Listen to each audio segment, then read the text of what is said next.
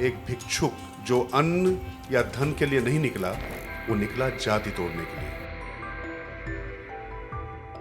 हमने कभी जातिगत जनगणना को कभी जीवन में उचित नहीं समझा। आपकी जो जाति भिक्षा यात्रा है, क्या इस न्याय के खिलाफ नहीं कही जाएगी? मैं तो कह ही रहा हूँ। आपका बयान था कि धर्म के नाम पर डर फैलाना। कौन डराता है, कौन कहता है, सर तन से जुदा की बात है। धर्म का असली मकसद पूजा है या सुधार है? आप साधना करते हैं, आप स्वयं को साधने के लिए। कि मंदिर में राजनीति सही है या संसद में धर्म? मंदिर देवता का है और कहा यह जाता है कि देवता के सामने किसी को माला भी डालनी नहीं चाहिए। अगर आप स्वामी ना होते तो क्या होते? अपने निजी स्वार्थों को लेकर।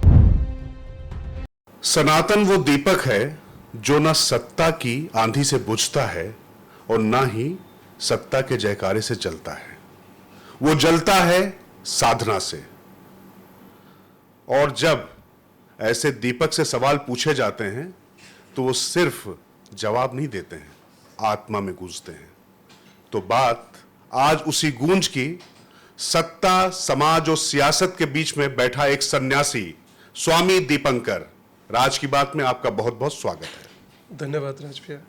हम आज की तारीख में देख रहे हैं कि आध्यात्म, धर्म, इसका प्रचार प्रसार, चर्चा बहुत हो रही है। राजनीति से लेकर अगर मैं सामाजिक क्षेत्रों की बात करूं, बहुत कुछ हो रहा है। लेकिन बतौर सन्यासी एक भिक्षुक जो अन्न या धन के लिए नहीं निकला, वो निकला जाति तोड़ने के लिए। अब जाति जनगणना हो रही है। पहला सवाल मेरा इसी पे, क्योंकि आपकी जो भिक्षा यात्रा थी उसमें तो सनातन को जोड़ने की बात थी, लेकिन ये जो जाति यात्रा शुरू हुई है, इसको कैसे? मैं समझता हूँ राजकिशोर जी, हमने कभी जातिगत जनगणना को कभी जीवन में उचित नहीं समझा और ये यात्रा शुरुआत भी इसीलिए थी। हालांकि जातिगत जनगणना को जब उचित ना समझने की बात कहें तो कल को इस पॉडकास्ट को देखने वाला व्यक्ति इस बात को जरूर कहेगा कि आप नहीं चाहते कि किसी को अधिकार मिले। मैं चाहता हूं कि अधिकार मिले, मगर हालात देखकर अधिकार मिले, जात देखकर नहीं। क्योंकि बहुत से लोग हैं जो किसी भी जाति में हैं, किसी भी समाज का हिस्सा हैं, मगर वो इस स्थिति में नहीं है कि अपनी बात भी बोल सकें। तो मैं समझता हूं कि अधिकार तो सभी के लिए समान होना चाहिए। तो हमेशा से रहा है कि समाज संगठित हो, समाज एक हो, समाज यूनाइट हो। और 23 नवंबर 2022 को इसीलिए इस यात्रा का आगाज और प्रारंभ किया था, क्योंकि मेरे पूज्य गुरुदेव चाहते थे कि जातियों में विघटनकारी समाज अपने लिए ही नुकसानदायक होता है, या जातियों में विभाजित समाज खुद के लिए नुकसानदायक होता है, कि अगर संभव हो तो समाज को एक किया जाए। तो 23 नवंबर 2022 को ये यात्रा शुरू किया था इसी विचार के साथ कि समाज संगठित हो।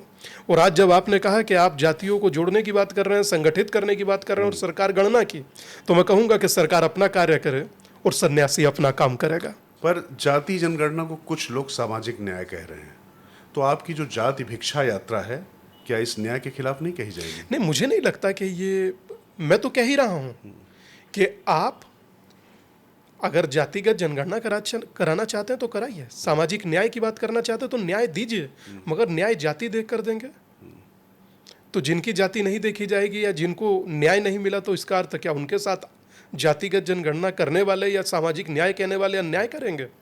मैं समझता हूं कि ये नहीं होना चाहिए।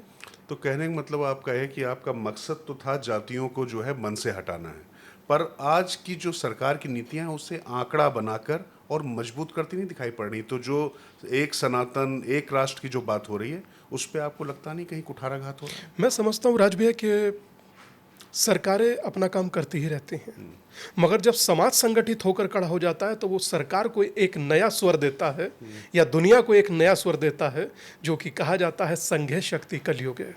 चलिए, तो दरअसल स्वामी जी जो है ना, मतलब अब क्या कहूँ मैं, आपकी उनकी वेशभूषा देख रहे हैं, स्वामी विवेकानंद वाली सिर्फ वेशभूषा नहीं है, जबकि उनका अनुसरण भी करते हैं वो।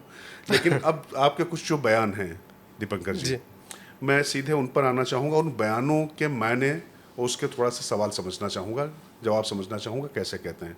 आपका बयान था कि धर्म के नाम पर डर फैलाना एक संगठित बिजनेस बन चुका है। इशारा किस तरफ था? बेसिक देखिए, समझने वाले के लिए इशारा काफ़ी है। आपने फिर हमसे ही इशारा पूछा तो इतना ही कहूँगा कि कौन डराता है, कौन कहता है, सर तन से जुदा की बात है। कौन कहता है? नहीं डराना चाहिए किसी को भी।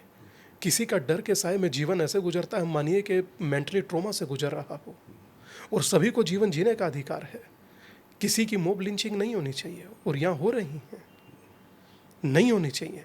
इसीलिए कह रहा हूँ कि इसे बंद होना चाहिए, और इंसान को सामाजिक न्याय की लड़ाई में उसे भी तो आगे और अगवा होना चाहिए कि वो न्याय से वंचित रह जाए मात्र इसलिए कि कुछ लोगों का मोह आएगा और डराएगा। मैं समझता हूँ ये उचित नहीं है।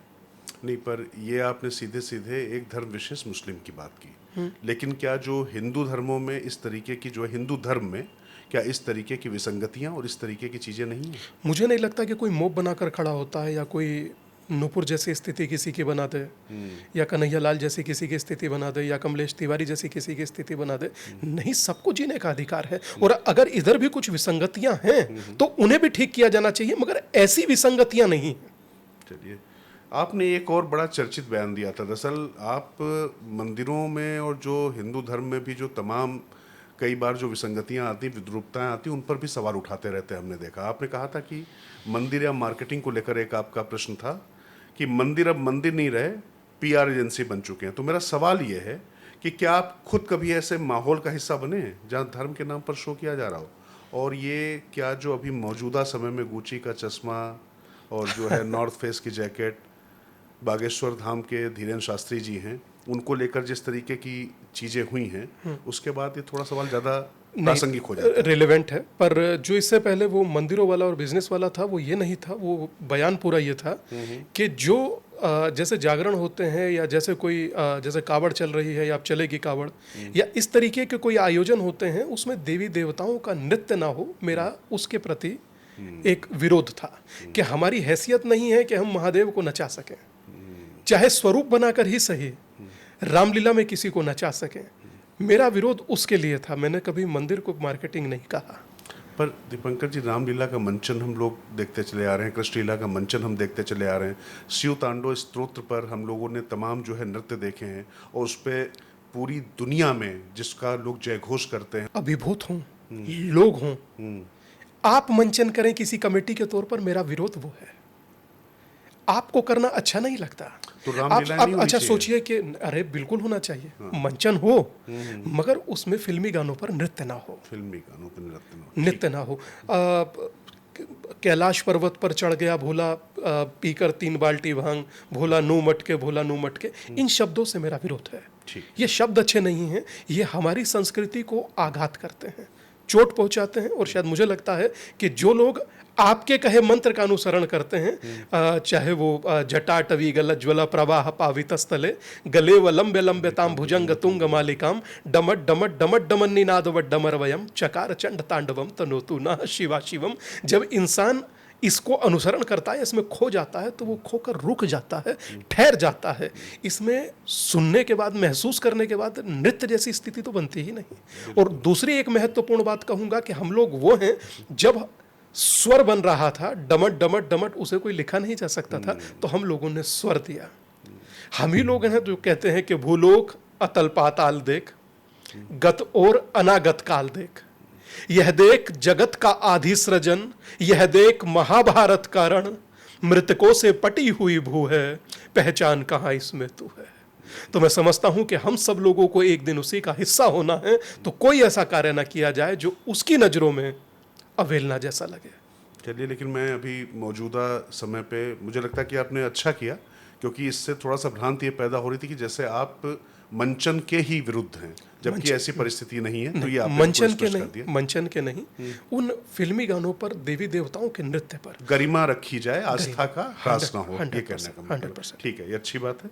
लेकिन धीरेन्द्र शास्त्री जी, मतलब ये अभी चूंकि मौजूदा एक वो आ गया, सन्यासी के साथ में इस तरीके से जब ऐश्वर्य विलासिता अगर जुड़ती है, क्योंकि मैं तो अभी देख रहा हूँ आपको जो है, आप तो एक गेरुआ वस्त्र पहने हुए हैं। हमारे स्वामी विवेकानंद जी भी निकले थे, और शिकागो से लेकर पूरी दुनिया में जो उन्होंने अपने धर्म, अध्यात्म और जो अपनी वैचारिकी का जो प्रकाश फैलाया, आज तक पूरी दुनिया उससे जो है प्रकाशित हो रही है।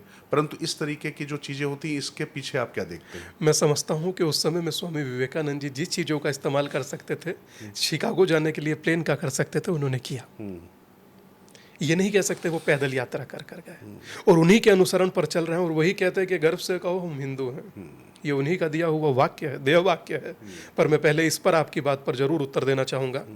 अगर हम किसी व्यक्ति विशेष को ये देखें कि उसने गुची का चश्मा लगाया है या कोई अच्छा महंगा जैकेट डाला है, मैं समझता हूँ कि अगर उसको किसी ने भिक्षा में दिया और उसने डाल लिया तो इसे आप अपराध समझ रहे हैं। तो जो करोड़ों के घोटाले चर्च को लेकर के हुए हैं या मॉस्को को लेकर के 50 चर्चाएं चलती हैं इमाम साहब को, है हम लोगों का बोलने का हिम्मत? शायद नहीं, हिम्मत जुटा भी नहीं पाएंगे। और उधर की तरफ को लेकर तो हम लोग पिक एंड चूज रहते हैं ना राज भैया। हम उधर की तरफ कभी नहीं बोलेंगे, बोलने के लिए क्षमता चाहिए।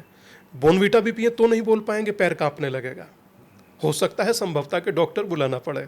मगर मैं उसके बाद भी कहूंगा कि धीरेन्द्र का किया हुआ वो कार्य देखिए, जो वो कैंसर हॉस्पिटल बना रहा है, गरीब बच्चियों की शादी करा रहा है, कई लोगों का मदद कर रहा है। अगर हमारे गुची पर ही, चश्मे पर ही आंख टिक गया तो हमें नहीं लग रहा हम आगे बढ़ पाएंगे। और सोचिए कि इसके विरुद्ध ट्वीट कर कौन रहा है, जो 300 रुपये पर ट्वीट लेकर के चाहता है कि एक दिन पैसा कमाओ और मैं भी गुची का ही चश्मा लूं।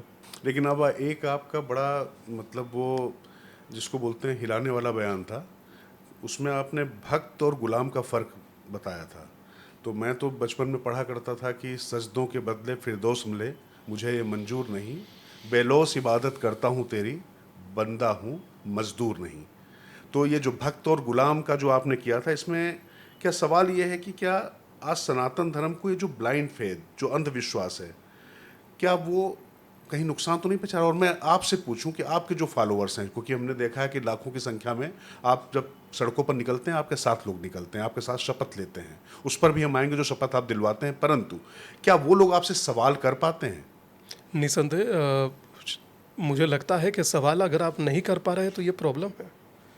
अगर मन में कोई जिज्ञासा है तो प्रश्न करना चाहिए, चाहे कोई आचार्य हो, चाहे कोई स्वामी हो, चाहे कोई गुरु हो। और अगर आप प्रश्न नहीं करते हैं तो मुझे लगता है कहीं ना कहीं तार्किक शक्ति कुंद हो जाती है।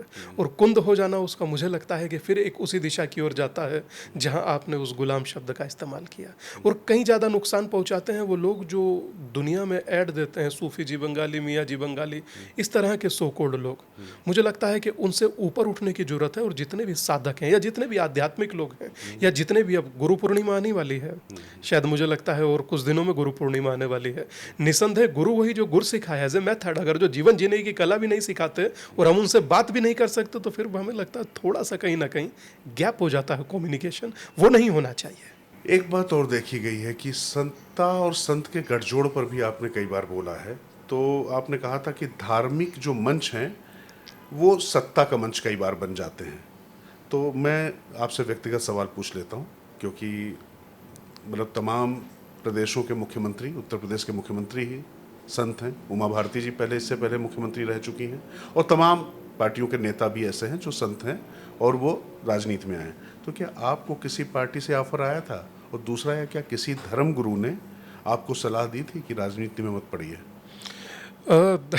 ये आपने, अच्छा ठीक है, मैं जैसा उत्तर दे पाऊंगा उसे स्वीकार कीजिए। बेसिक अभी तक ऐसा कोई प्रयास नहीं किया गया कि मैं राजनीति ज्वाइन करूं। नहीं, एक विशुद्ध आध्यात्मिक और सामाजिक आंदोलन जरूर किया, जो कि मुझे लगता है कि मुझे करना चाहिए। और जो कि मुझे लगता है कि मुझे नहीं करना चाहिए वर्तमान परिवेश को देखते हुए, चाहे वो बांग्लादेश हो या मुर्शिदाबाद हो या पहलगाम हो या इससे पहले कश्मीर। हर सन्यासी को अब करना चाहिए, ये वक्त है। ये वक्त है कि सन्यासी मठों से बाहर निकलें, संत महंत पूज्य अपने मठों से बाहर आकर के समाज को संगठित करें। क्योंकि मैं दिया हुआ खाता हूँ समाज का, वस्त्र पहनता हूँ हिंदू सनातन का दिया हुआ, सब, और मोबाइल रखता हूँ सनातन का, हिंदुओं का दिया हुआ, कार पर चलता हूँ हिंदुओं की दी हुई। मुझे लगता है कि आज वक्त है कि ये विभाजित हो रहे थे तो मुझे संगठित करने के लिए आगे आना ही चाहिए था। तो मुझे लगता है कि सन्यासी से श्रेष्ठ राजा नहीं हो सकता, ऐसा रामायण में कहा गया है। और मैं देख रहा हूँ उत्तर प्रदेश में बाकी परिस्थिति और महादेव चीज़ों को तय करते हैं। मगर मुझे लगता है कि अपनी तरफ से जो पुरुषार्थ करना हो आप लोगों को करना चाहिए, मतलब एक सन्यासी को करना चाहिए, बिना इस चीज़ की परवाह किए कि समाज क्या कहता है या सत्ता क्या कहती है। ठीक है। और एक आपका और बड़ा इंटरेस्टिंग बयान था। दरअसल मैं देखूं कि आपके जो फॉलोअर्स जो हैं जनता में सीधे आप जुड़ते हैं, लेकिन सोशल मीडिया पर आप भी बहुत एक्टिव हैं। लेकिन फिर भी आपका बयान था कि अब संत बनने के लिए ज्ञान नहीं, कैमरा और कैप्शन चाहिए। तो सवाल मेरा ये है कि आप एक्स पर एक्टिव हैं, इंस्टाग्राम पर एक्टिव हैं, क्या कभी आपको ऐसा लगा कि ऑडियंस के लिए खुद को आपको थोड़ा सा सरल करना पड़ा, सिंप्लीफाई करना पड़ा आपको? दो चीजें हैं राज भैया, कि आप अपने पुरुषार्थ को अगर समाज तक नहीं भेजते तो शायद बहुत सारे लोग जो प्रेरित हो सकते थे वो नहीं हो पाते। और ये सोशल मीडिया एक ऐसी चीज है, उस आग की तरह इस पर आप रोटी भी बना सकते हैं और हाथ भी जला सकते हैं। आप इससे अच्छा भी कर सकते हैं और आप इससे गलत ट्रैक पर भी चल सकते हैं या दुनिया को गलत ट्रैक दे भी सकते हैं। तो मुझे लगता है इसका सकारात्मक और सृजनात्मक उपयोग किया जाना चाहिए, जो कि मैंने किया। मुझे लगता था क्योंकि मुझे कोई हम लोगों का गॉडफादर नहीं है जो मीडिया में बैठेगा और 50 लोगों को कहेगा और शाम को स्वामी दीपांकर का इंटरव्यू होने लगेगा, ऐसा तो नहीं है। आज 900 से ज़्यादा दिन एक चीज़ को करते हुए हो गए और उसके बाद भी अगर जो मीडिया ने जितना सहयोग और साथ दिया है तो मैं उनके प्रति हमेशा कृतज्ञ रहूँगा। वो भाई हैं, जहाँ रहें आनंद में रहें और खूब आगे बढ़ें, उनके प्रति भी शुभकामनाएं हैं। मगर हम लोग वैसे नहीं हैं कि एक शब्द होता है ना, गूदड़ी के लाल टाइप वाला। हम लोग तो सड़क से जुड़े लोग हैं, तो समाज का साथ देना बनता है। पर समाज ने इतना साथ दिया, एक जुबान मेरे शरीर को लगी है, 1 करोड़ भी लगे तो मैं हिंदुओं का आभार व्यक्त नहीं कर सकता। अब एक और बड़ा गंभीर सवाल है जो आपके ही कहे से उठा रहा हूँ। आपने एक रियल धर्म गुरु पे एक बात कही थी और आपका इशारा था कि जो सच बोले वो विवादित, जो चुप रहे वो पूज्य। तो मेरा सवाल आपसे है कि आज की भीड़ में आपको कौन सच बोलता हुआ दिखाई पड़ रहा है? आप हमसे नाम मत पूछिए ऐसे। हालांकि कुछ भाई बंधु में पता चला कि बाहर निकले और बुरा मान गए, ऐसा नहीं। तो मैं इतना ही कहूँगा कि बोलना जरूर चाहिए, कहना जरूर चाहिए। आपसे समाज की बहुत अपेक्षा रहती है। अगर जो आप भी नहीं बोलेंगे तो फिर आखिरकार समाज को दिशा देगा कौन, दशा देगा कौन, मार्ग दिखाएगा कौन, सही रास्ता बताएगा कौन, उनको उनके गंतव्य तक पहुंचाएगा कौन, और आप ही मेरे हैं ये समझाएगा कौन? अच्छा, सोशल मीडिया पर अभी आपने थोड़ी देर पहले एक बात कही थी, मैं उसी समय वो सवाल पूछना चाहता था, लेकिन अब मैं समझना चाहता हूँ कि सनातन के जो धर्म गुरु हैं वो छोटी छोटी बातों पर निशाने पर रहते हैं। क्या आपको लगता है कि वाकई दूसरे जो धर्मों के जो गुरु हैं इतने खुले में उनके खिलाफ नहीं बोला जाता है? आप कई बार कह चुके हैं कि सनातन सबसे सहिष्णु है, लेकिन क्या ये सहिष्णुता कई बार सॉफ्ट टारगेट तो नहीं बना देती? मैं यही कहना चाह रहा था कि सहिष्णु होना कई बार सॉफ्ट टारगेट का शिकार बना देता है। पर मुझे लगता है कि एक लंबे समय से, अब से नहीं, आप अगर जो पीछे चले जाइए तो पिक्चर क्या बनती थी, हवस का पुजारी, इस तरह की पिक्चर बनना। और पिक्चर में पूरे कैरेक्टर, एक गंगा की सौगंध पिक्चर आई थी, तो उस पिक्चर में ठाकुर को डाकू दिखा दिया जाता है और बनिए को लूटने वाला दिखा दिया जाता है और ब्राह्मण को ढोंगी कपटी इस तरह से दिखा दिया जाता है। और एक रहीम चाचा आते हैं जो 84 साल की उम्र में जो सभी के लिए फरिश्ते हो जाते हैं। तो किस तरीके से चीज़ों को, एजेंडे को सेट किया गया है, मैं समझता हूँ कि वो किसी को कहने जैसा नहीं। प्रत्यक्षम किम प्रमाणम, सबको सब दिखता है। आप एक पिक्चर अमिताभ बच्चन की थी जिसमें उसने कभी कहा मैं मंदिर नहीं जाऊँगा, मगर एक पिक्चर वो उस पर वो 786 लिखा होता था, जो गोली ने रोक दिया तो कहा मुझे इसने बचाया। तो अर्थ कहने का कुल मिलाकर ये है कि किस तरह से धर्म का उपहास उड़ाया गया, किस तरह से धर्म को एक गलत मार्ग दिया गया। और उसके बाद अगर कोई कहे कि सॉफ्ट टारगेट पर नहीं है तो फिर हम हैं कहाँ? अपने ही देश में हम लोग यात्राएं निकालते हैं तो पत्थर बरसते हैं। अपने ही देश में शव यात्रा हो तो बिहार जैसी जगह पर वहाँ पत्थर बरसते हैं। कोई सी रामनवमी हम लोगों की बिना पत्थर के स्वीकार्य या संपन्न नहीं होती। तो मैं समझता हूँ कि हम खड़े कहाँ हैं? सॉफ्ट टारगेट तो हम आज भी हैं। ठीक है, अब थोड़ा सा आपके व्यक्तिगत जीवन पर आऊँगा स्वामी जी, क्योंकि है क्या कि सन्यासी का वैसे कुछ व्यक्तिगत नहीं होता, सब कुछ सार्वजनिक होता है। लेकिन जब मैं आपके साथ बैठा हूँ तो चूंकि आप खुद कह रहे हैं कि एक यात्रा जो है उसका जो आरंभ बिंदु है, गंतव्य तो सबका आप लोग मार्ग बताते हैं वहाँ तक ठीक है, लेकिन ये जो आरंभ बिंदु है वो कैसे तैयार होता है और कहाँ से प्रेरणा मिलती है? तो मेरा पहला सवाल इस दिशा में जो है कि आपके बचपन का वो एक क्षण जो आज भी आपको दिशा देता है।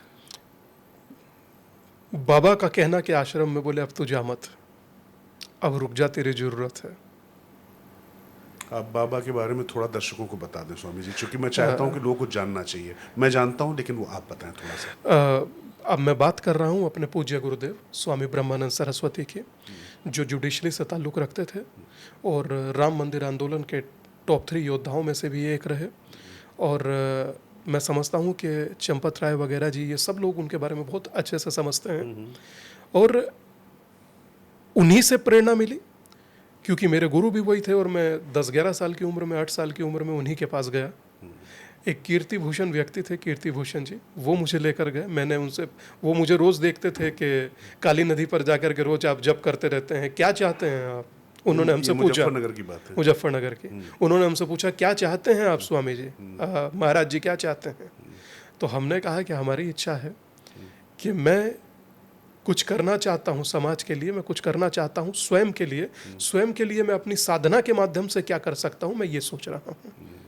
तो जैसे उनसे कहा कि समाज के लिए, उनको शब्द उनको स्ट्राइक किया, वो क्लिक कर गया शब्द, तो बोले मुझे लगता है कि आपको मेरे साथ चलना चाहिए।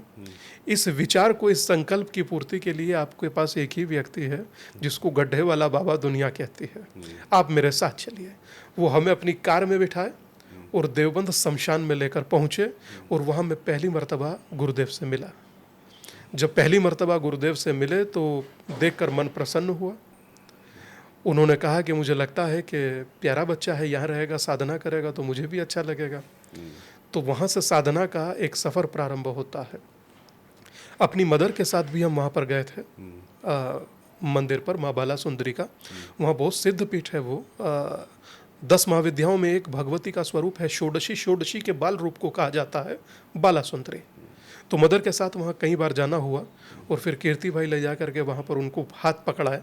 तो उन्होंने कहा कि मुझे अच्छा लगा, पर बोले कि तू जाकर आया कर एवरीडे, तू घर जाया कर, आया कर। तो हम एवरीडे जाते थे, आते थे। फिर एक समय उन्होंने कहा कि मुझे लगता है कि अम्मा को बोलना कि अब तेरा यहाँ रहना जरूरी है, बीच बीच में चले जाना, मगर अब ज़्यादा समय मुझे दो।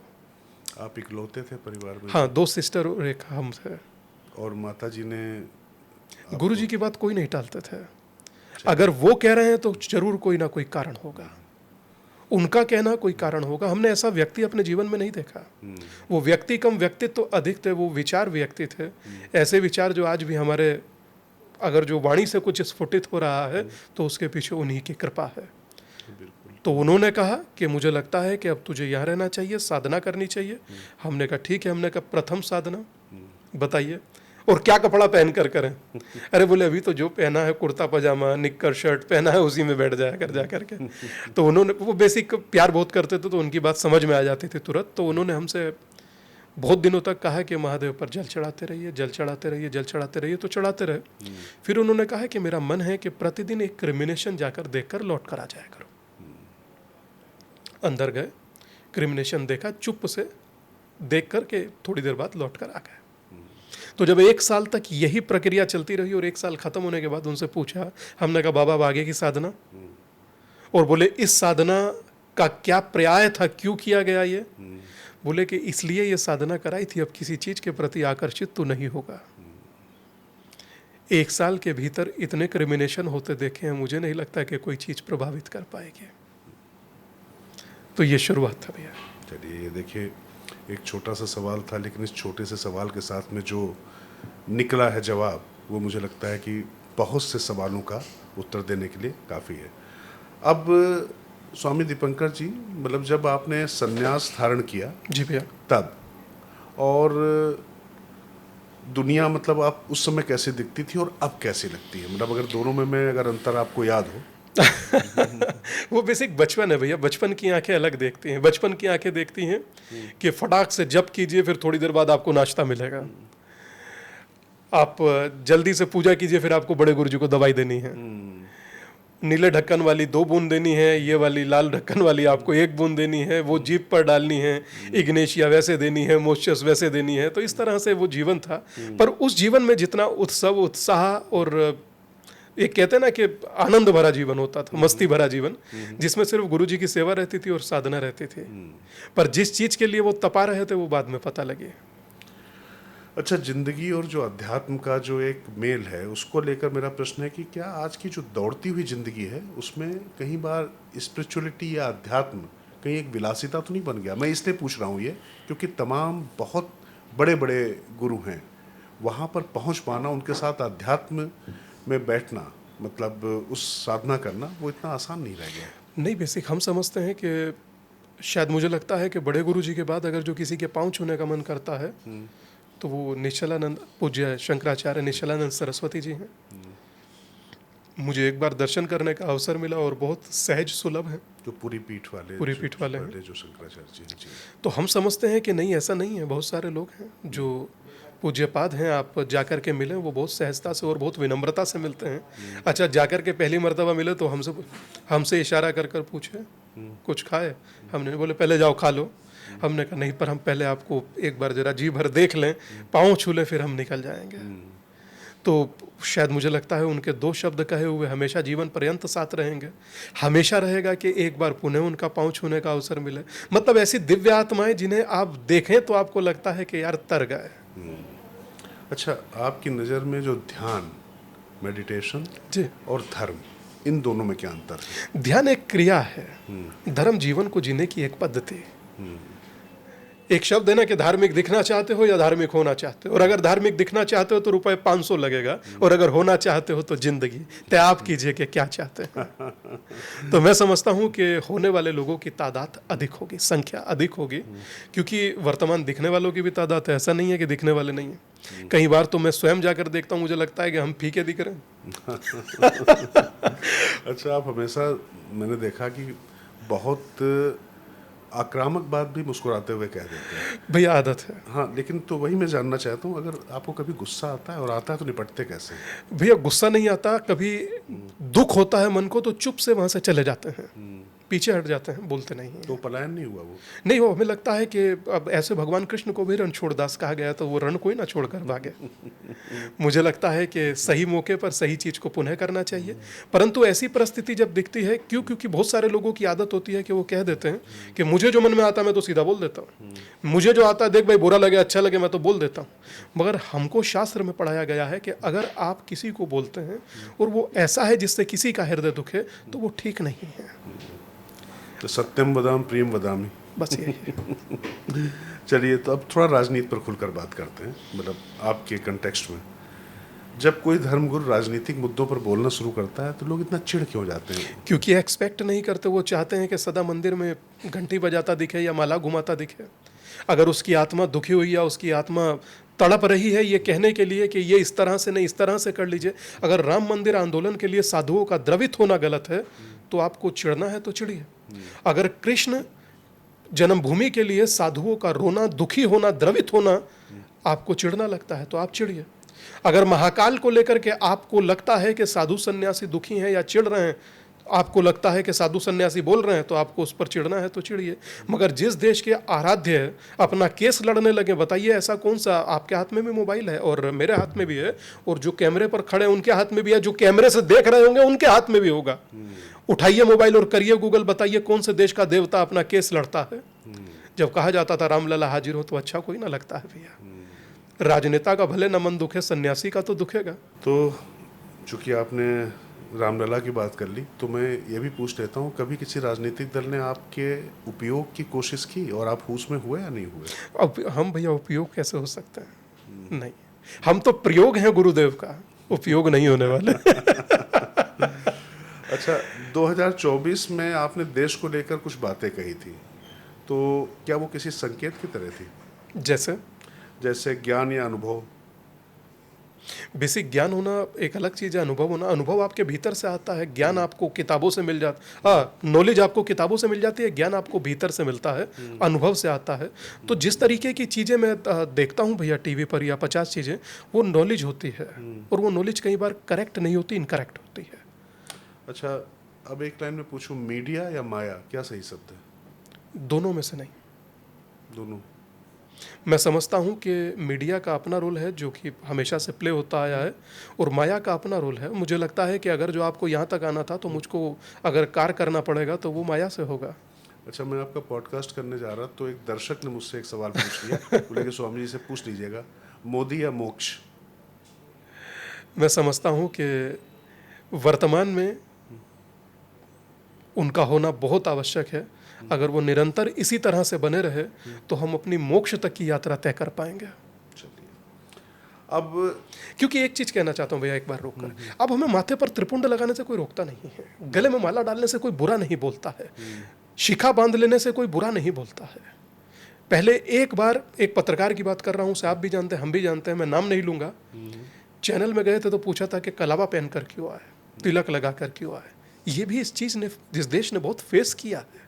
एक समय में जय श्री राम कहना मुझे लगता था कि लोग गलत समझते थे, और आज जय श्री राम लोग सामने से बोल देते हैं। तो व्यवस्थाएं बदलती हैं तो परिवर्तन तो आता है। अच्छा, अगर किसी गंगा किनारे खड़े होकर के एक रुद्राक्ष की माला घुमाने का अगर मुझे अधिकार है, और वो भी अगर जो इस कारणवश छिन जाए क्योंकि मैं धार्मिक हूं, तो इससे बड़ा गुनाह और अपराध क्या होगा? जो कि आज हो रहा है। क्या बंगाल में देख नहीं रहा हूं? क्या बंगाल भारत का हिस्सा नहीं है? मुर्शिदाबाद में आप लोग वक्फ बोर्ड के लिए प्रदर्शन कर रहे थे, बहुत अच्छी बात है, करिए, आपका आपका अधिकार है, संवैधानिक अधिकार, मगर निकाल कर बाप बेटे को बाहर क्यों मारा? कलकत्ता पुलिस की, बंगाल पुलिस की रिपोर्ट आप पढ़ेंगे तो बहुत कष्ट होता है भैया सुनकर। बंगाल में ये जो हो रहा है सो हो रहा है, बांग्लादेश में कितना बड़ा नरसंहार हुआ, कोई बोलता है, बल्कि दुनिया में ये कहकर उसको इस तरह से रखा जाता है, इस तरह से एजेंडा चलाया जाता है, ये वहां पर भी दुखी कर रहे होंगे, इसीलिए वो बेचारों ने मारा होगा। मतलब इस तरह से एजेंडे सेट होते हैं तो कष्ट होता है भैया। जिस संस्कृति के संवाहक हैं, या जिस संस्कृति पर नाज है, या जिस संस्कृति पर गर्व करते हैं, उस संस्कृति में जीने वाले लोगों का इस तरह से अपमान हो, नरसंहार हो, चाहे वो 90 में कश्मीर हो, वर्तमान में पहलगाम हो। क्यों पूछा पहलगाम में कि आप हिंदू हैं? क्या जरूरत थी पूछने की? जाति तो नहीं पूछे, उन्होंने तो नहीं कहा कौन जात बा, उन्होंने पूछा क्या धर्म है आपका, हिंदू है या मुस्लिम? इसे कोई नकार सकता है भारतीय मीडिया के परिप्रेक्ष्य में, या भारत के वर्तमान के जो अधिकार या वर्तमान के जो कहने वाली वॉइस है उनके परिप्रेक्ष्य में? कुछ लोगों ने हालांकि कोशिश की कि ऐसा कुछ नहीं पूछा, उनके पास इतना टाइम था, मगर सच तो यही थी, उन्होंने पूछा था। क्योंकि जिनके ऊपर बीतती है, भोगी थी, प्रत्यक्षदर्शी थे, उन्होंने खुद बताया। अच्छा, अब ये जो इंस्टाग्राम और रील कल्चर है स्वामी जी भैया, ये ब्लेसिंग है, डिस्ट्रैक्शन है, कैसे देखते हैं इसको? देखिए, मैं समझता हूँ कि जैसे केदारनाथ में हो रहा था वो ठीक नहीं था। जो कई बार कई लोगों को इसका नुकसान उठाना पड़ता है, चोट पीट लग जाती है, वहाँ तक बचना चाहिए। ये एक आपके लिए एक, आप ठीक है, आप इसको मनोरंजन के लिए भी इस्तेमाल कीजिए, मगर आप इससे हताहत हो जाएं तो वो ठीक नहीं। अच्छा, कोई एक चीज़ अगर दुनिया से आपको मिटानी हो तो क्या मिटाएंगे? दुनिया से कोई एक चीज़ मिटानी हो तो सबसे पहले मेरी सबसे एक इच्छा है, हालांकि मेरे बस में नहीं है, मगर इच्छा करने में क्या जाता है, आपने पूछा है तो क्या पता महादेव सुन लें, कि दुनिया से ये जो झगड़े हो रहे हैं वो खत्म हो भैया, ये युद्ध हो रहे हैं खत्म। दुनिया बेहद खूबसूरत है, लोग बेहद खूबसूरत हैं, बहुत अच्छे लोग हैं, वो अपना जीवन आनंद से जिए, अपने परिवार में जिए, क्योंकि सरकार के लिए इंसान की मृत्यु एक आंकड़ा है, और वो एक आंकड़ा अपने परिवार के लिए पूरी दुनिया। सच है। और आपका दिन कैसे शुरू होता है स्वामी जी? दिन भैया सुबह 8:30 बजे के लगभग उठना होता है, 8 से 8:30 के लगभग उठना होता है। उसके बाद स्नान किए, उसके बाद ध्यान पर बैठे 1-1.5 घंटे साधना। उसके बाद दिन का जो रोड मैप होता है कि ये यात्रा है, ये यात्रा है, ये प्रोग्राम है, वो करना है, तो उसको प्रारंभ कर देते हैं।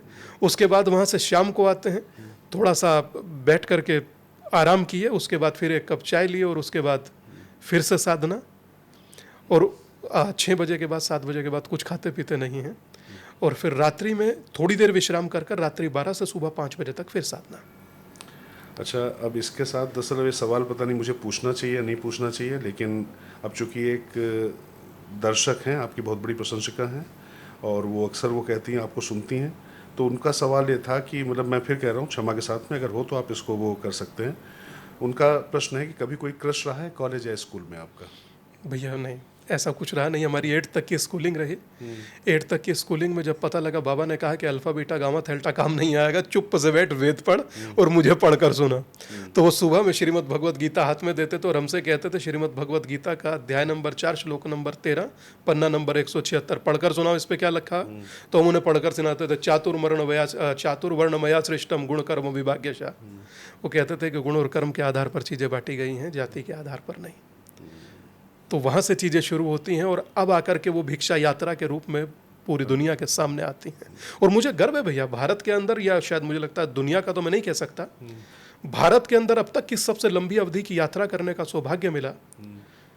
भारत के सनातन को जो जातियों में विभाजित है उसे जोड़ने का अवसर मिला और समाज के साथ 1 to 1 मिलने का अवसर मिला। मुझे लगता है कि इससे बड़ा मेरे लिए कुछ हो नहीं सकता, और जो मुझे प्रतिदिन ऊर्जा मिलती है वो एक आम व्यक्ति से जब मिलता हूँ तभी मिलती है। अच्छा, कभी कोई ऐसा कोई मेमे बना आपके ऊपर जिसको मतलब देखकर आपको वाकई थोड़ा सा लगा हो, मनोरंजन हो, थोड़ा सा अच्छा लगा हो, गुदगुदी लगी हो? ये अभी किसी ने बना करके भेजा था अभी किसी ने बना कर भेजा था, अभी आपको रुकिए, हमारे पास है भी। अगर है तो आप दिखाई दीजिएगा, उसको मैं स्क्रीन पर भी चलाई दूंगा। प्राइम मिनिस्टर आते हैं ऋषि सुनक, अक्षरधाम दर्शन करते हैं, कहते हैं प्राउड हिंदू। अमेरिका में राष्ट्रपति पद की उम्मीदवार तुलसी गबाड़ कहती हैं आई एम प्राउड क्यों? हिंदू। उस समय में स्वामी विवेकानंद ने कहा शिकागो में कि मुझे एआई का सदुपयोग है ये। ये जब देखा तो ये देख करके हमें लगा, तो एक व्यक्ति ने इस पर कमेंट करते हुए कहा इसका मतलब यात्रा बचपन से ही शुरू थी प्रारंभ शायद तभी प्रारंभ से ही प्रारंभ हो गई। तो मैं समझता हूँ कि ये बड़ा विचित्र रहा भैया, बहुत नहीं, विचित्र। चलिए अच्छा है। लेकिन अच्छा, अगर मान लीजिए कि एक दिन के लिए आप मिस्टर इंडिया बन जाएं, अदृश्य हो जाएं, तो क्या करेंगे उस समय? भैया हम अब भी वही हैं साधना का, जब हमारा ज्यादातर समय साधना में बीत जाता है हम वही रहते हैं। क्योंकि हम दुनिया से विरक्त हैं। हाँ, हम एकांत अपना जीवन जीने की बहुत कोशिश करते हैं। हालांकि बहुत सारे भाई बंधु हैं जो देश में हैं और देश से बाहर हैं, विदेश में हैं, वो लोग बहुत बहुत स्नेह करते हैं। क्योंकि मेरा आज तक भैया अपना जीवन रहा है, मैंने अपने जीवन में आज तक किससे कुछ मांगा नहीं। और ये कैमरे पर बहुत कॉन्फिडेंस से कहने की ताकत तभी आती है जब आप सच में उसी जीवन को जी रहे होते हैं। ये भिक्षा यात्रा इतनी बड़ी हुई, कोई एक व्यक्ति उठकर कहे कि मैंने स्वामी दीपांकर को 1 रुपया दिया हो। कोई संगठन से नहीं, किसी व्यक्ति से नहीं, किसी ऑर्गेनाइजेशन से नहीं, किसी से कुछ नहीं लिया गया। जो थोड़ा तिलपुल अपने पास रखा था वही सब इसमें लगाया गया। अब तक की स्थिति ये है कि 900 से ज़्यादा दिन क्रॉस हो गए, 16,000 से ज़्यादा किलोमीटर की ये यात्रा हो गई, 97 लाख से ज़्यादा ये इसमें एकीकरण का संकल्प लेने वाले लोग हो गए, 6 राज्य हो गए। तो मैं समझता हूँ कि जितना मैं कर पा रहा हूँ या परमात्मा मुझसे करा पा रहा है, मेरे लिए पर्याप्त है। कम से कम एक इंसान का जब समय समाप्त हो रहा होता है तो एक सबसे बड़ा विचार आपके भीतर कौंध रहा होता है कि धरती से यूं ही नहीं जा रहा है। जिस समाज ने सब कुछ दिया उस समाज के लिए भी कुछ करने का अवसर मिला। और मुझे बुद्ध की वो बात याद आती थी कि एक डाली लीजिए और तोड़ दीजिए। बोले ठीक है, बोले अभी इसे दोबारा जोड़िए, बोले जोड़ नहीं सकता। तो फिर मेरा मन आता है, बुद्ध ने कहा था जोड़ नहीं सकते तो तोड़ क्यों रहे हो। तो समाज टूटे नहीं, जोड़ने वालों की रौ में खड़ा होना, उस कतार में खड़ा होना मुझे लगता है कि मुझे ज़्यादा प्रसन्नता देगा। और मुझे वही कार्य करने का सौभाग्य महादेव ने दिया, गुरुदेव ने दिया। मैं बहुत तल्लीनता और बहुत समग्रता के साथ उसे कर रहा हूँ। मुझे लगता है कि मेरी तरफ से 100% है, बाकी महादेव की इच्छा। अब चूंकि फिर से आप उसी यात्रा पर आ गए हैं और चूंकि मुझे लगता है कि आप तो वाकई सतत यात्री हैं ही, लेकिन मतलब जाति भिक्षा यात्रा का मकसद तो था कि सब एक हो जाएं। और सनातन में आप अक्सर कहते हैं कि वर्ण हैं, जातियां नहीं हैं, लेकिन फिर भी जब जातियों के नाम पे आरक्षण, वोट और बंटवारा हो रहा है तो क्या वो सनातन का अपमान के तौर पर नहीं देखा जाना मैं 2 चीज़ कहता हूँ भैया, और बड़ी चुनौती से कहता हूँ। कोई एक व्यक्ति खड़ा हो और उठकर कहे कि किसी धर्म ग्रंथ में जाति का जिक्र है, मैं उसे मानूं। Doctor B.R. अम्बेडकर की पुस्तक है who are Shudras, paragraph number 1 chapter number 3, clear लिखा है उसमें कि किसी शूद्र शब्द का जिक्र जो वेदों में है उसका अर्थ किसी जाति से नहीं है। उसका वास्ता शूद्र शब्द का मतलब जिक्र जो वो कर रहे हैं, बोले कि इसका जाति से लेना देना नहीं है। जब जाति से लेना देना उस शूद्र शब्द का नहीं है तो किसने शूद्र को शूद्र बना दिया और शूद्र से जोड़ दिया। आप नाम लिख दीजिए ना जो लिखना है, और अपने स्वाभिमान के लिए आपको रखना है जाति तो रखिए, मगर वो चीज जो इंसान को छोटा बड़ा देखते ही बना देती है, नाम लेते ही बना देती है, क्यों ऐसी चीज होनी चाहिए? मुझे नहीं लगता होनी चाहिए। अगर इसमें हो सकता है कि कुछ लोगों के विचार से मैं गलत हो सकता हूं, मगर मैं अपने विचार से एकदम सही हूं। British census commissioner Herbert Risley 1931, उन्होंने कहा जिसका माथा ऐसा वो उच्च जाति, जिसकी कंधे ऐसे वो उच्च जाति, जिसकी आंखें ऐसी वो उच्च जाति, जिसकी ठोड़ी ऐसी वो उच्च जाति, जिसके चेहरा ऐसा वो निम्न जाति, नाक ऐसी वो निम्न जाति। British census commissioner Herbert Risley ने कहा, हमने नहीं कहा। हमने कभी नहीं कहा कि तेली ऊंचा माली या लोहार ऊंचा या सोनार, आज तक नहीं कहा और आज भी नहीं कहते। जो मिले सो भाई है, समता समानता सभी के साथ होनी चाहिए, मगर इस चीज की परवाह किए बगैर कि वो सबसे पहले एक मनुष्य है और सनातनी है जिसमें जन्मा है। संत रविदास जी के गुरु थे रामानुजाचार्य, वो कहा करते थे कि जाति पाति पूछे नहीं कोई, हरि को भजे सो हरि का होए। तो मुझे लगता था कि वो ज़्यादा महत्वपूर्ण थे। दरअसल आपने जाति लोगों से भिक्षा में मांगी कि लोग छोड़ दें, और नेता जाति मांग रहे हैं कि ताकि लोग पहचानें। तो किसका रास्ता सही? और कभी कभी क्या आपको ऐसा नहीं लगता है कि क्या सनातन के नाम पर जो मंच हैं वो जातिवादी राजनीति का फिल्टर बनकर रह गए हैं? देखिए भैया, दो चीज़ है।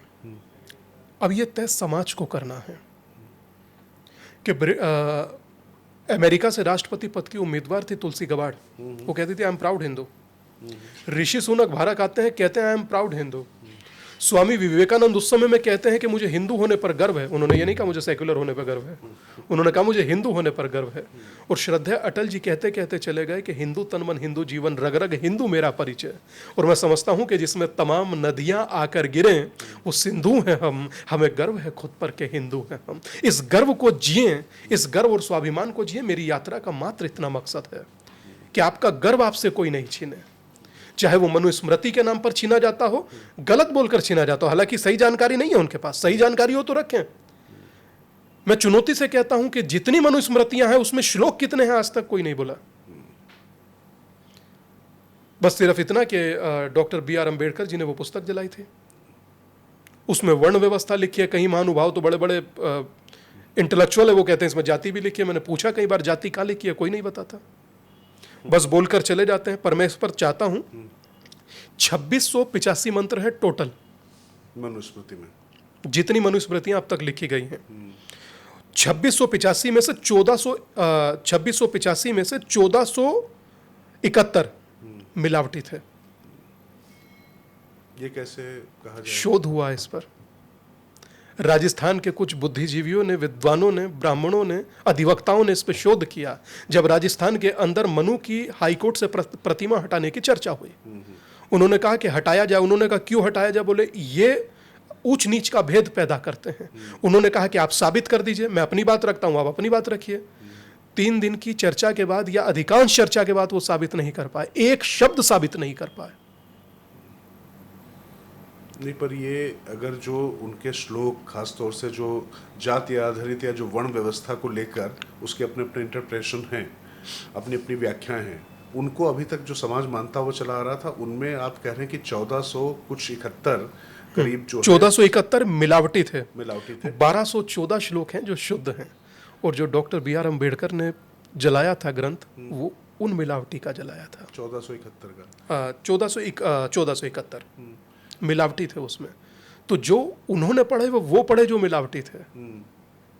जो शुद्ध है वो आज भी राजस्थान हाईकोर्ट में तटस्थ हुए खड़े हैं मनु के स्वरूप में। तो मैं समझता हूं कि पढ़ें, उसके बाद किसी चीज पर व्याख्या करें, वैसे व्याख्या ना करें। नहीं, परंतु यहाँ पर मेरा काउंटर क्वेश्चन है स्वामी जी कि बताइए ना, जो 1471 जो आप कह रहे हैं कि मिलावटी हैं, इनको कैसे साबित किया गया कि मिलावटी? इसके पीछे क्या शोध किया गया, क्या प्रक्रिया अपनाई गई? जो चीज बोली नहीं गई, जो चीज ताल्लुक नहीं रखती, वो चीज कैसे भैया कह देते हैं? एक हम लोग बहुत प्यारा सा श्लोक बोलते हैं, कई बार बड़े बड़े प्रवक्ता बोल जाते हैं, पहले मनुस्मृति का विरोध करेंगे, उसके बाद कहेंगे कि हाँ और उसके बाद कहते हैं रमन्ते तत्र देवता। बोले कहाँ लिखा? बोले पता नहीं। फिर बाद में पता लगता है मनुस्मृति का ही है। तो उसके बाद अपने पे ग्लानि भी महसूस करते हैं और बोल भी देते हैं। तो इसीलिए मुझे लगता है कि little knowledge is a very dangerous thing. अधूरा ज्ञान खतरनाक है। पढ़िए, पढ़ना बहुत जरूरी है। अगर अधूरा ज्ञान नेता को हो तो नुकसान देश को होता, अभिनेता को हो तो पिक्चर पिटती है, साधु सन्यासियों को हो तो और ज़्यादा भयानक होता है। तो इसीलिए पढ़ना सभी के लिए अनिवार्य है। चलिए, तो युवाओं के लिए एक जरूरी संदेश बताइए अपना। इतना ही कहूँगा कि पूरी दुनिया देखिए कि आज चाहे क्वांटम की थ्योरी देने वाले नील्स बोर हों या ओपनहाइमर, एटम बम जो हिरोशिमा में गिराए थे उसके बाद कहे थे कि मैं मृत्यु हो गया हूँ, दर्जन भर से ज़्यादा ऐसे साइंटिस्ट हैं जो खुद से आपके वेद शास्त्र को पढ़ कर के प्रेरणा लेते हैं। और कहा जाता है कि धर्मो रक्षति रक्षिता, तो अपने धर्म के प्रति तटस्थ रहें, खूब आगे बढ़ें, चाहे विज्ञान के उसमें, चाहे समाज के उसमें, चाहे राजनीति के उसमें। आप किसी भी संदर्भ में आगे बढ़ते हैं, बढ़ें, मगर अपने धर्म को जरूर कैरी करें, क्योंकि यही आपको मार्ग दिखाता है। क्योंकि जिस मार्ग पर पूर्वज चले थे उसी पर चलना चाहिए। अच्छा, जैसे स्वामी बनने के बाद, आपने एक तरीके से सन्यासी बनने के बाद, मतलब इंसान के रूप में देखिए संवेदनाएं, भावनाएं होती हैं, उनको तिलांजलि देना ही शायद एक अंतिम उद्देश्य होता है संन्यास की मतलब जो प्रक्रिया में, परंतु जो एक इंसान के तौर पे जो आपने बचा कर रखी हो। नहीं भैया, संवेदनाएं तो रहती ही हैं, स्वाभाविक है। किसी को कष्ट में देखकर दुख होता है। अपनी कार में बहुत सारा सामान रखकर हम चलते हैं, कोई लगता है कि देना चाहिए तो उसको पकड़ा देते हैं। ये तो बिना उसके तो रह ही नहीं सकते। जो भाव आपके भीतर हैं तो वो तो हमेशा मुझे लगता है कि रहेंगे ही। और यही सनातन है, यही सनातन है जो किसी को अपने इर्द गिर्द देखे अभाव में तो उसके साथ खड़ा हो जाए। कहीं पे भी मनुष्यता मरनी नहीं चाहिए, ऐसा हम ही लोग कहते हैं। हम ही लोग ना वसुदेव कुटुंबकम की बात करते हैं। तो कुटुंब में कोई भी एक व्यक्ति हो वो अछूता तो नहीं रह सकता और ना छोटा रह सकता है। जितना हो सके अपनों के साथ खड़ा होना चाहिए और अपनों को जोड़ना ही लक्ष्य रहा है, अपनों को जोड़ना ही प्रयास रहेगा।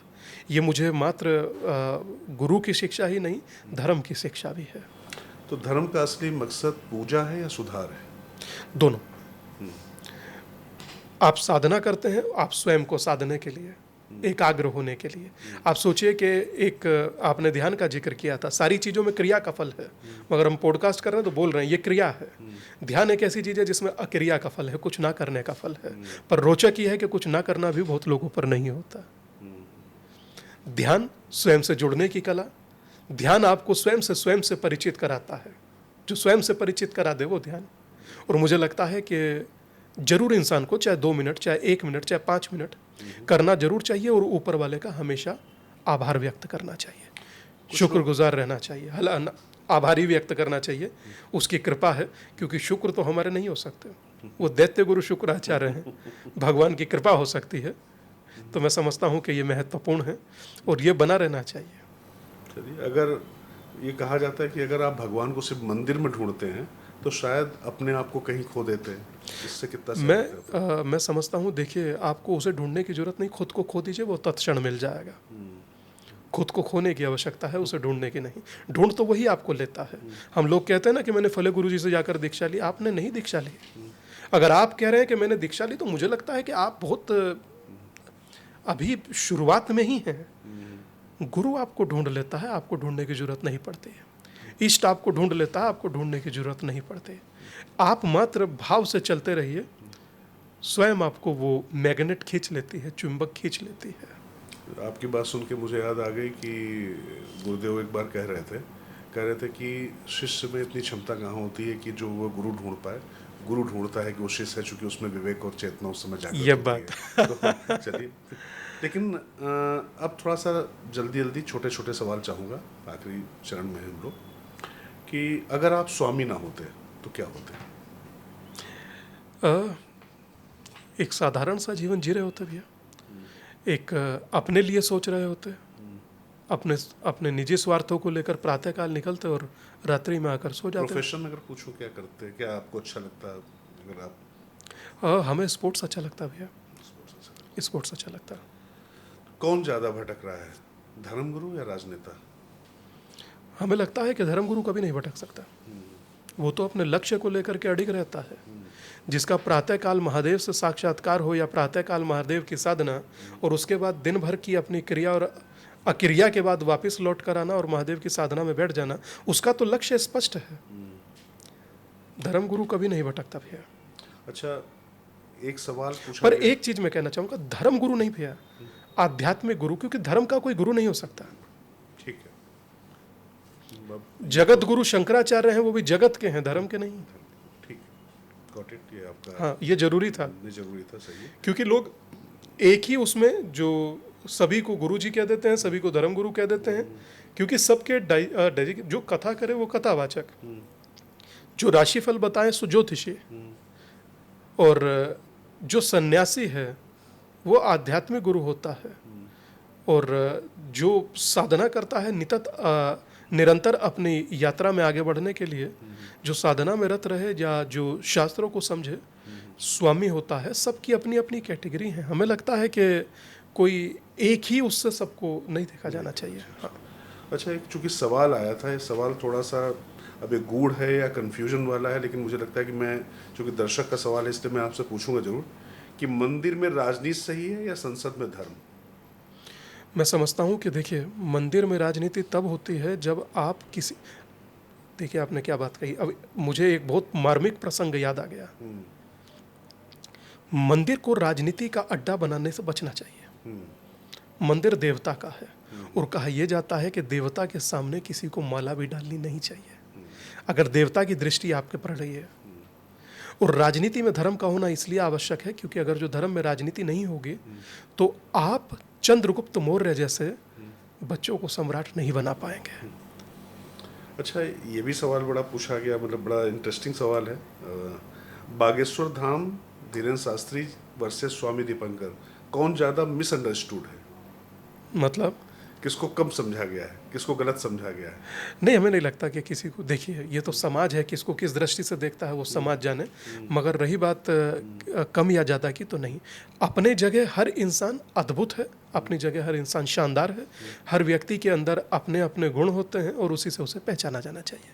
सबसे बड़ा पाखंड धर्म के नाम पर क्या है? देखिए, सत्य, परमात्मा और मोक्ष बाजारों में बिकता है, मगर मैं समझता हूँ कि इसमें बेचने वालों की खता नहीं, वो खरीदारों की मांग पूरी कर रहे हैं। अक्सर ट्रोल्स पूछते हैं कि धर्म और दाढ़ी में क्या फ़र्क है? ये बेसलेस है।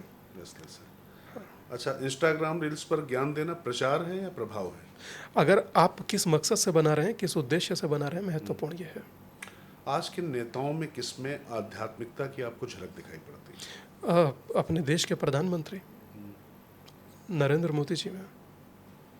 कम से कम जो राम मंदिर की प्राण प्रतिष्ठा में बैठना हो तो 11 दिन उपवास पे रहते हैं, नवरात्र चल रहे हो तो पानी पी कर रहते हैं, और जो खड़े होकर केदार में जीर्णोद्धार कराते हैं, जो काशी का कॉरिडोर बनवाते हैं, और जिसको महादेव चुन लिया उसमें हम क्या बोलें।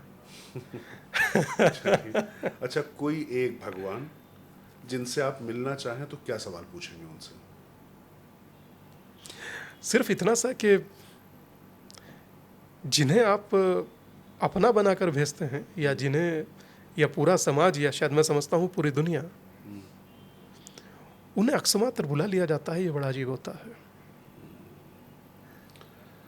अच्छा, ये सवाल भी किसी ने पूछा है कि पॉलिटिक्स में कौन सबसे बड़ा धार्मिक अभिनेता है?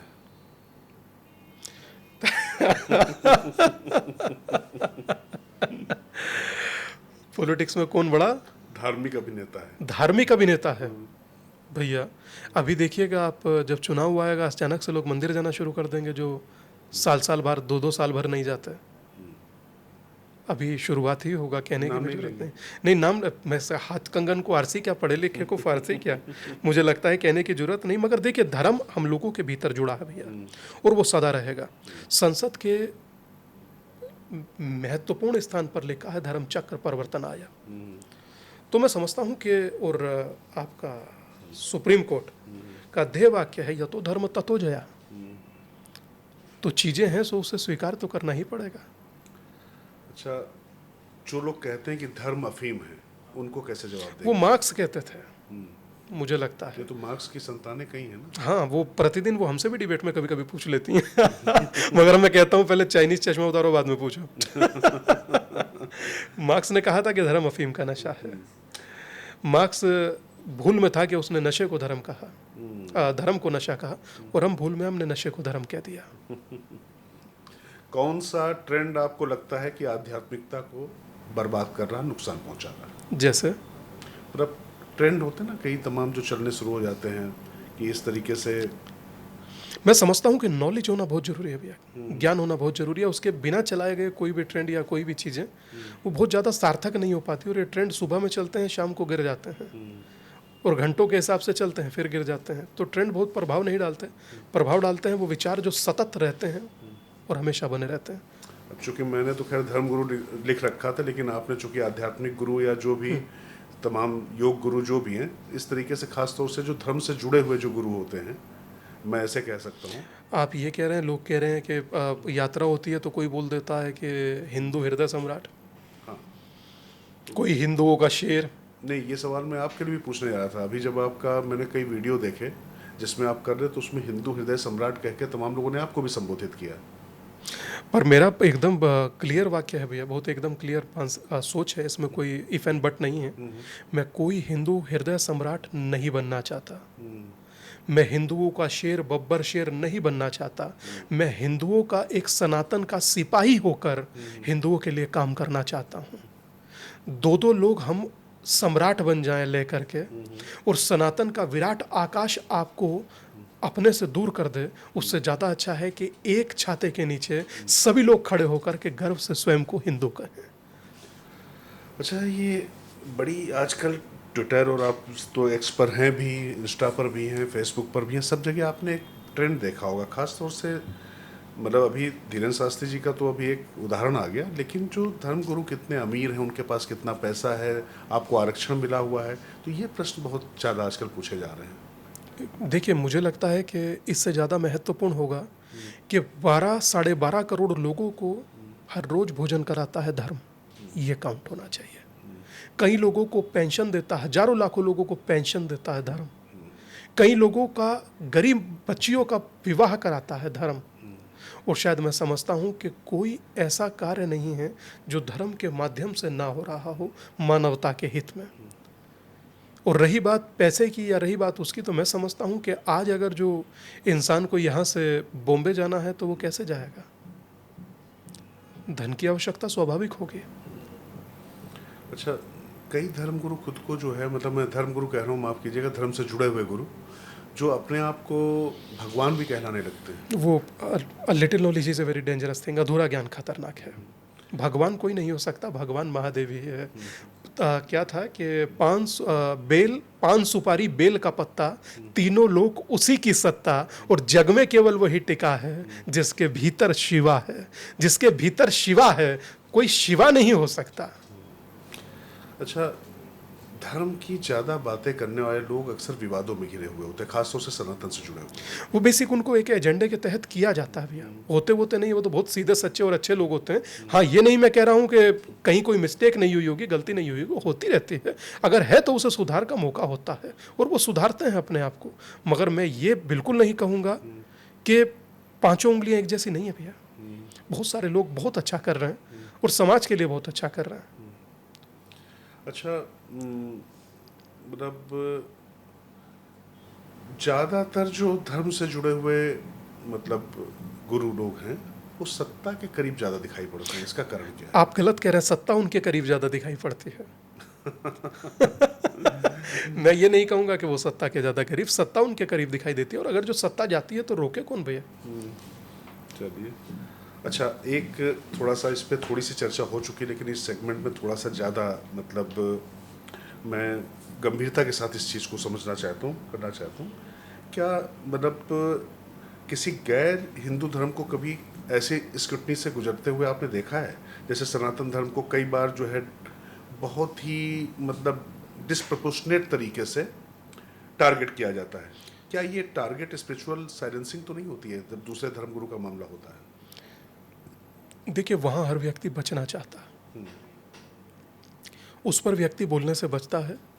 अगर कोई हिंदू धर्म गुरु होगा या सनातनी होगा या साधु सन्यासी होगा तो उसको देखने का नज़रिया अलग है।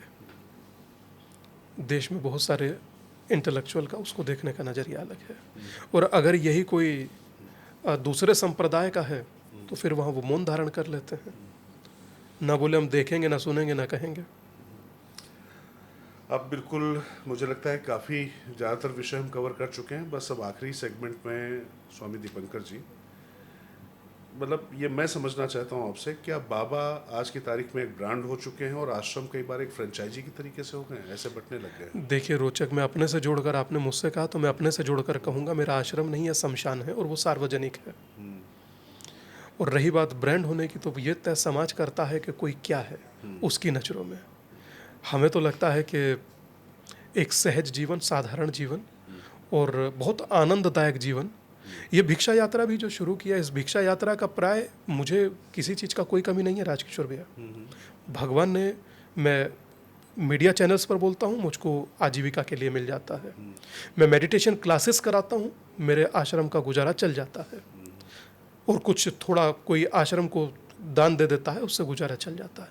मगर भिक्षा यात्रा करने के पीछे का अभिप्राय यही था कि मुझे आवश्यकता नहीं, आप अपने लिए, आने वाली पीढ़ियों के लिए कम से कम संगठित हो जाइए, एक हो जाइए। और मैं समझता हूँ कि मुझसे तो बाबा पहले ही कहा करते थे कि बोले आश्रम वाश्रम मत बनाना कभी, बोले यहाँ रहा करो। तो जब वहाँ रहता हूँ, मैंने उनसे भी पूछा आपने शमशान को क्यों चुना? बोले जहाँ राजा भी फूके और रंक भी जहाँ, सबकी शान एक समान वो शमशान। अच्छा, जब ध्यान भी रील बन जाए और प्रवचन थंबनेल, तो फिर आध्यात्म कहाँ बसता है? ये मुझे लगता है कि वो कुछ मार्केटिंग के लोग होते हैं भैया, जो इस तरीके की चीज़ों को कर देते हैं। रील ध्यान कैसे हो सकता है? हाँ, यह है कि आप अगर ध्यान कर रहे हैं तो आपको देखकर हजारों लोग आप जैसा बनाएं। तो आज की पीढ़ी को मोक्ष चाहिए या मोटिवेशन? मुझे लगता है मोटिवेशन चाहिए। ब्रांड वाले बाबा और भक्त, क्या सबका लक्ष्य अब एंगेजमेंट रेट है?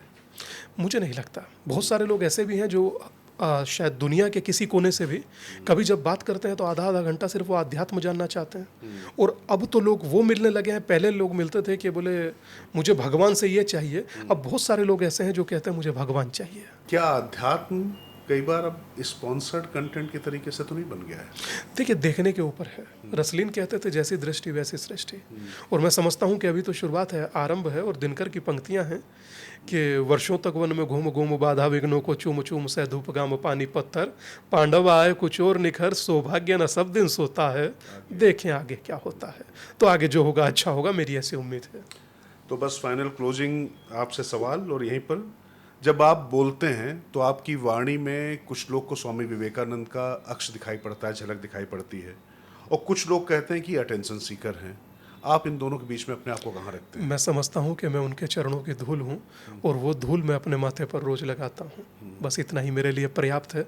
मैं कहीं पर भी नहीं हूँ, मैं कहीं कुछ होना भी नहीं चाहता हूँ।